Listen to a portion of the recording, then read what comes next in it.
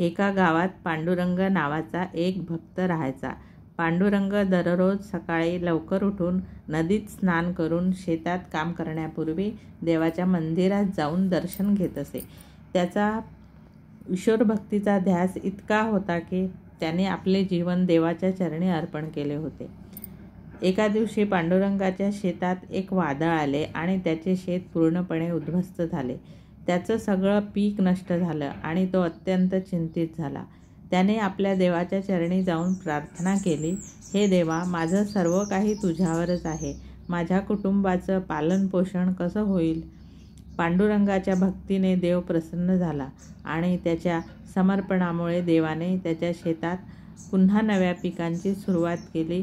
काही दिवसातच त्याचे शेत पुन्हा फुलून आले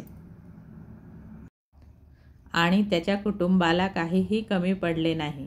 या गोष्टीने पांडुरंगाच्या श्रद्धेत अजूनच वृद्धी झाली आणि त्याच्या भक्तीचे महत्त्व गावकऱ्यांनाही कळले. त्या गावात पांडुरंग देवावर श्रद्धा असलेल्याची महती सर्वत्र पसरली आणि पांडुरंग एक आदर्श भक्त म्हणून ओळखला जाऊ लागला.